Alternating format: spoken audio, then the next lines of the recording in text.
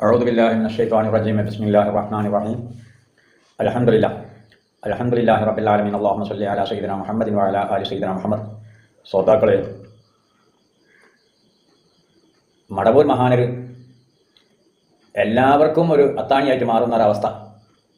ഇപ്പോൾ മടവൂർ തന്നെയുള്ള മടവൂർ ഹുസൈൻ എന്ന് പറയപ്പെട്ട വ്യക്തി, അദ്ദേഹം അത്യാവശ്യം വേൾഡിലൊക്കെ വിദായി ചിന്തകന്മാരുടെ നേതാവായിട്ട് നിൽക്കുന്ന ആൾ തന്നെയാണ്.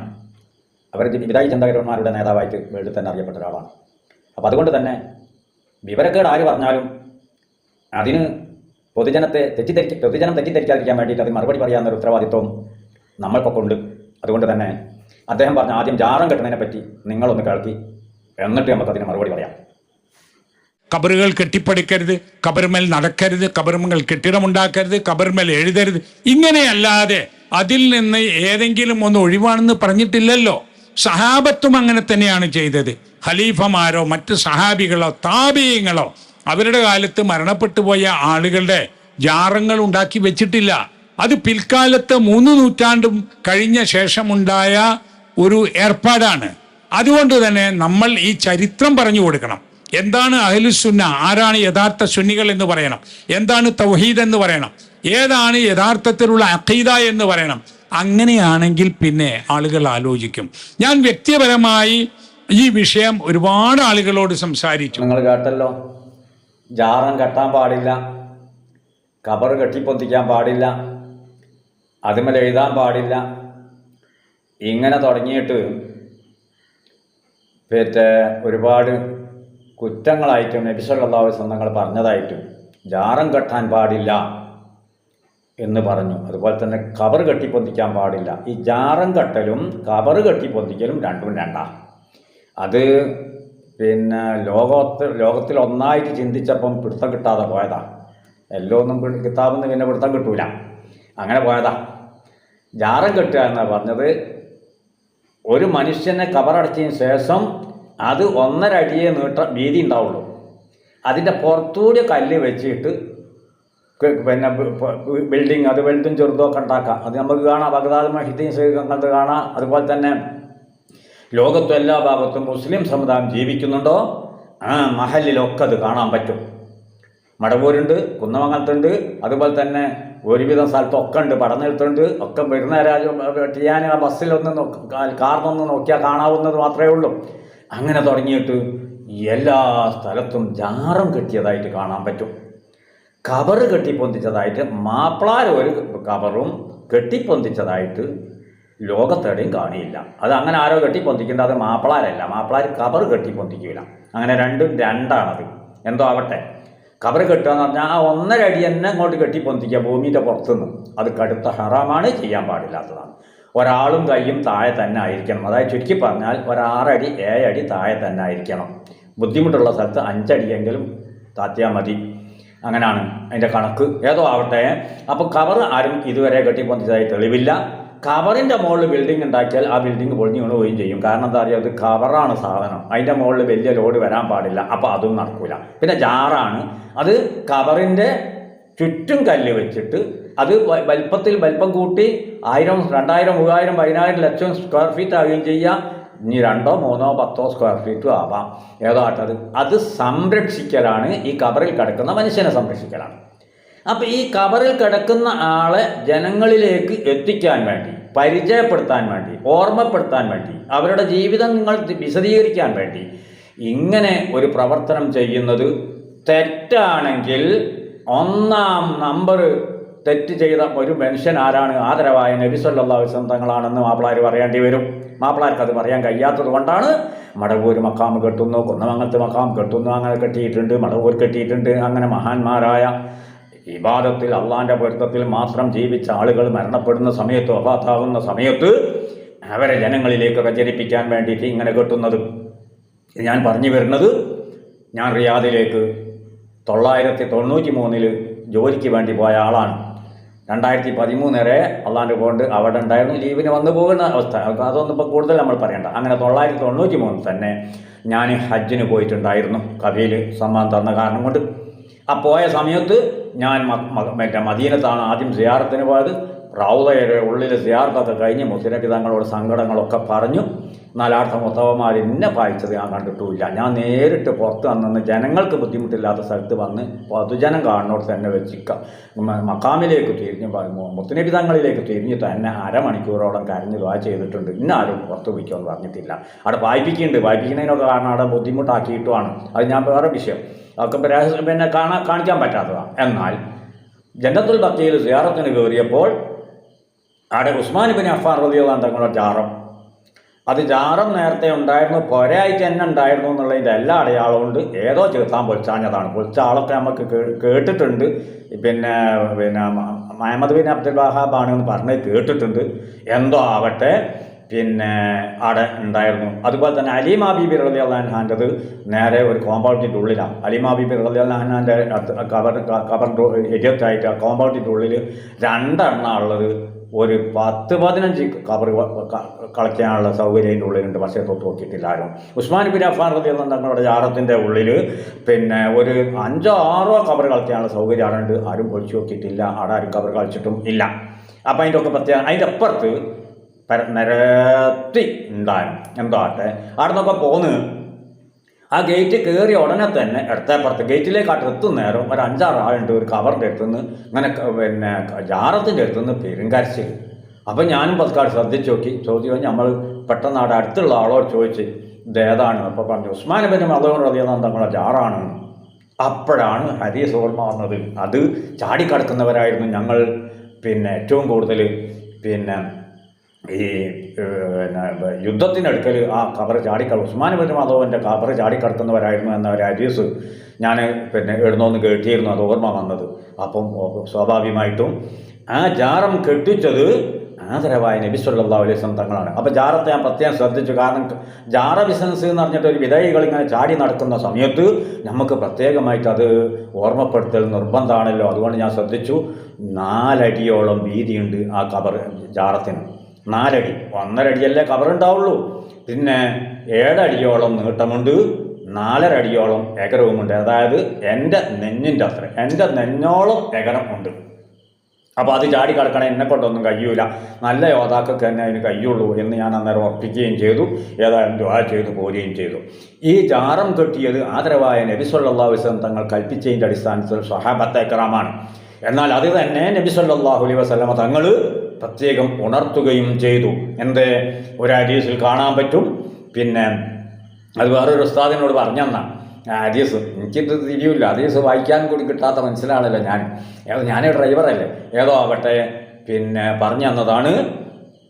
ഉസ്മാൻ ഇബ്നു മദ്ഊൻ റളിയല്ലാഹു അൻഹു തങ്ങളുടെ പിന്നെ ജനാസ കൊണ്ടുപോകുന്ന സമയത്ത് കുറഞ്ഞ ആളെ കൂടെ ഉള്ളായിരുന്നു. അങ്ങനെ അവിടെ വെച്ചിട്ട് നബി സല്ലല്ലാഹു അലൈഹി വസല്ലം തങ്ങൾ ആ ജനാസയെ അനുഗമിച്ചപ്പോൾ ഒരു പ്രത്യേക നടത്തം, ആൾത്തിരക്കിൻ്റെ ഇടയിൽ കൂടെ നടക്കുന്ന മാതിരിയുള്ള ഒരു രൂപത്തിലുള്ള ഒരു നടത്തം ഒരു ജനാസൻ്റെ കൂടെ പോകുന്ന സമയത്തും അങ്ങനെ പോയതായിട്ട് കണ്ടിട്ടുമില്ല. അങ്ങനെ സുന്നികളായതുകൊണ്ട് മടവൂർ ഹുസൈൻ്റെ മാതിരി കണ്ടതൊക്കെ വിളിച്ചേർന്ന സ്വഭാവം ഇല്ലാത്തത് കൊണ്ടും അത് പറയൽ നിർബന്ധമായതുകൊണ്ട് പറയാണ്. കാരണം അയാൾ വലിയൊരു നേതാവൊക്കെ തന്നെയാണ്. പക്ഷേ വിവരക്കേട് അറിയാൻ പാടില്ല.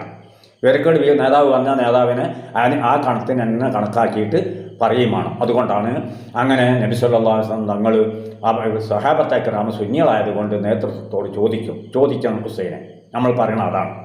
ഏടക്കോ എന്തൊക്കെ മലയാളം വായിച്ച് ഏടക്കോ പോയിട്ട് വാചകടിക്കാൻ കഴിവുണ്ടായി എന്നതുകൊണ്ട് ഇസ്ലാം ദീനിനെ നിങ്ങളാരും വിചാരിച്ചമാതിരി കിട്ടൂല. എന്തോ ആവട്ടെ, നേരെ നബി സല്ലല്ലാഹു അലൈഹി വസല്ലം തങ്ങളോട് ചോദിച്ചു, നേതൃത്വത്തോട് ചോദിച്ചു, എന്തേ യാ റസൂലല്ലാഹ്, ആ ജനാസ കൊണ്ടുപോകുന്ന സമയത്ത് ഉസ്മാൻ ഇബ്നു മദ്ഊൻ്റെ ജനാസ കൊണ്ടുപോകുന്ന സമയത്ത് തങ്ങളിങ്ങനെ ഒരു പ്രത്യേക നടത്തം ആൾത്തിരക്കിൻ്റെ ഇടയിൽ കൂടെ നടക്കണമാതിരി അതിനുമാത്രം ആളുകൾ ആ ജനാസിൻ്റെ കൂടെ ഇല്ലായിരുന്നല്ലോ എന്ന് പറഞ്ഞ സമയത്ത് അവിടുന്ന് പറഞ്ഞു, നിങ്ങൾ ഉദ്ദേശിച്ചതുപോലുള്ള ആളല്ലത്.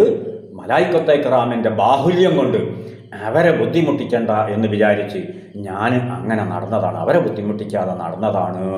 അപ്പം പിന്നെ മറ്റൊരു ന്യായത്തിന് മുജാഹിദിന് വകുപ്പുണ്ടാവും. കാരണം മുനാഫിക്കിൻ്റെ സ്വഭാവം കൊണ്ട് നടക്കുന്നവരാണല്ലോ. അപ്പോൾ മലായിക്കത്തെ ഇക്റാമിൻ്റെ തായല്ലേ റസൂലുള്ളാഹി എന്ന് പറയും. അല്ല, ഇത് ഈ കാലത്ത് വരുന്ന മടവൂർ ഹുസൈനെ പോലത്തെ, അതുപോലെ തന്നെ പിന്നെ അമീർ ഒതുക്കുങ്ങളിനെ പോലത്തെ, അതുപോലെ തന്നെ മൻസൂർ മണ്ണാർക്കാടിനെ പോലത്തെ, അതുപോലെ തന്നെ ആളുകൾ, അതുപോലെ തന്നെ നമ്മളെ പോലത്തെ മുജാഹിദിൻ്റെ നേതാക്കൾ പലതും വിളിച്ചിറങ്ങുന്ന സമയത്ത് നിങ്ങളത് വിശ്വസിച്ച് പോകണ്ട, ജാറൊക്കെ കെട്ടാൻ വകുപ്പുണ്ട് എന്ന് അന്ന് പറ്റിയവർക്കൊക്കെ കെട്ടാൻ വകുപ്പുണ്ട് എന്ന് വ്യക്തമായിട്ട് അന്ന് നബി സല്ലല്ലാഹു അലൈഹി വസല്ലം കാണിച്ചു തന്നതാണ്. അങ്ങനെ പറഞ്ഞു. അതുകൊണ്ട് അത് കാണിച്ചു തന്നെ അങ്ങോട്ട് തന്നതാണ്. അതുകൊണ്ട് ആ മഖാമിനെ, ആ ഖബറിനെ ജാറാക്കി മാറ്റാൻ വേണ്ടി നബി സല്ലല്ലാഹു അലൈഹി വസല്ലം പറയുകയും ചെയ്തു. ഈ കാലത്തുള്ള ഇൽമാണ്. 993 ഞാൻ കണ്ടുവന്നു റിയാദിൽ. ഇനി പറയേണ്ട പാട് കാണൂല എന്ന് ഫോട്ടോ വിട്ടുകണതിൻ്റെ മുമ്പ് ഞാൻ വാട്സപ്പിൽ വല്ലാതെ സംസാരിക്കുന്ന സമയത്ത്, മുജാഹിദിൻ്റെ ഗ്രൂപ്പിൽ സംസാരിക്കുന്ന സമയത്ത് ഞാൻ പറഞ്ഞപ്പോൾ ഒരു വീഡിയോ കിട്ടും നിരന്ന് കിടക്കുന്നത്. ഇപ്പം നിരന്നാ കാണാം. 994 വീണ്ടും ഞാൻ മുമ്പർക്ക് വേണ്ടി പോകുന്ന സമയത്ത് മദീന സിയാറത്തിൽ അവിടെ നിൽക്കുമ്പോൾ സമയത്ത് കോമ്പൗണ്ട് വാളൊക്കെ പൊട്ടിച്ചിരുന്നു. 10-20 പൊക്ലീൻ 20 പൊക്ലീൻ പിന്നെ JCB പോലത്തെ സാധനം എല്ലാം ഉള്ളതുകൊണ്ട് ഒക്കെ പൊട്ടിച്ച്, അതിൻ്റെ മുമ്പേ അവിടെ ഗേറ്റിൻ്റെ മുകളിൽ ഒന്നുമില്ലായിരുന്നു. വെള്ളം തണുപ്പിക്കുന്ന ഒരു മെഷീൻ മാത്രം ഉണ്ടായിരുന്നു ഗേറ്റിൻ്റെ മുകളിൽ. അന്നൊരു ചെറിയൊരു കബർസ്ഥാനിലേക്ക് കയറുന്ന പ്രതീതി ഒരു രൂപത്തിലായിരുന്നു. നാട്ടിൽ കയറൽ ഗേറ്റും ഇല്ല, ഒന്നുമില്ല, സാധനം ഒന്നുമില്ലായിരുന്നു. അങ്ങനെ പിന്നീടാണ് ആ ഗേറ്റൊക്കെ അതൊക്കെ കോമ്പൗണ്ട് വാളൊക്കെ പൊട്ടിച്ച് പിന്നെ ഇങ്ങേപ്പുറത്ത് കുറേ കച്ചവടപ്പീടി ഉണ്ടാക്കി. ഒക്കെ 94 ശേഷം വന്ന രേഖ ഒന്ന് പരിശോധിച്ചാലും പറയാണ്ട് അപ്പോൾ കാണാൻ പറ്റും. അവിടെ ജനാസ പൊളിപ്പിക്കുന്നതും ജനാസ പരിപാലനത്തിൻ്റെ ഏരിയ ഉണ്ടാക്കി വെച്ചു. അതൊക്കെ 94 ശേഷം മാത്രം വന്നതാണ്. അതിൻ്റെ മുമ്പ് അവിടെ അല്ല, അതിൻ്റെ തൊട്ടപ്പുറത്തായിരുന്നു ഉണ്ടായിരുന്നത്. പിന്നീടാണ് ഇതിലേക്ക് മാറ്റിയത്.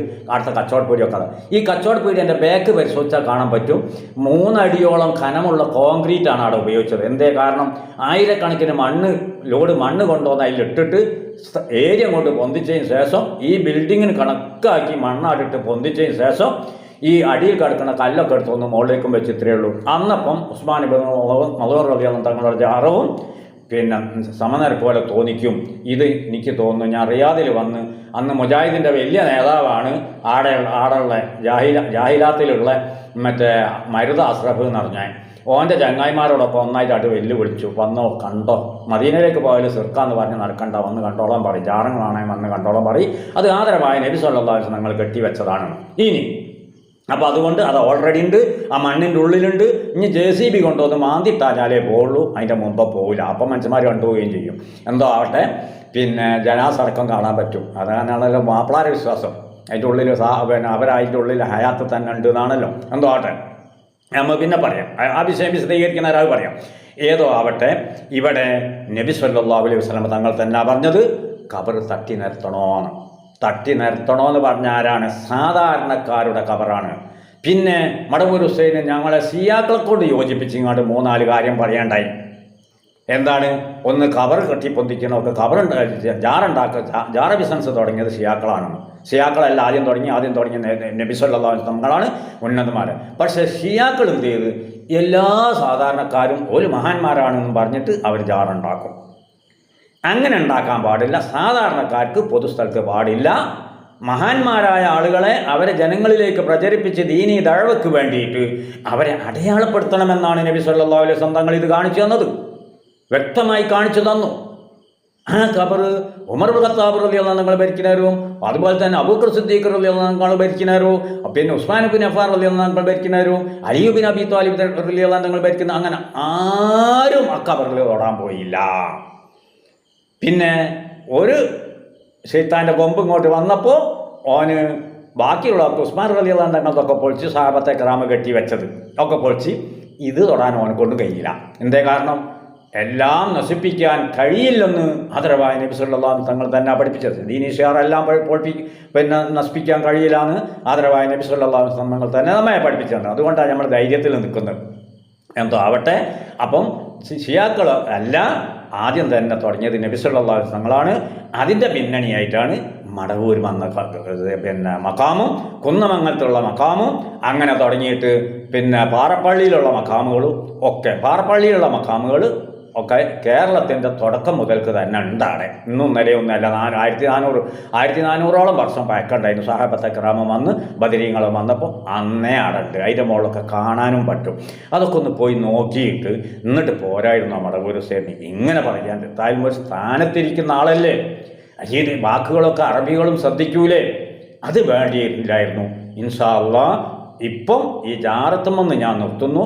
ബാക്കി പറിച്ച് പറയാനുണ്ട്, അതും ഞാൻ പറയുന്നു. ഞങ്ങളെ ജാറ ബിസിനസ്സും ഞങ്ങളെ മൊയിലോതും ഞങ്ങളെ മഹാന്മാരും ഞങ്ങളെ സി എം വലിയുള്ളതൊക്കെ ആരായിരുന്നു എന്ന് ഇൻഷാ അല്ലാഹ് ഞാൻ പിന്നീട് പറയാം.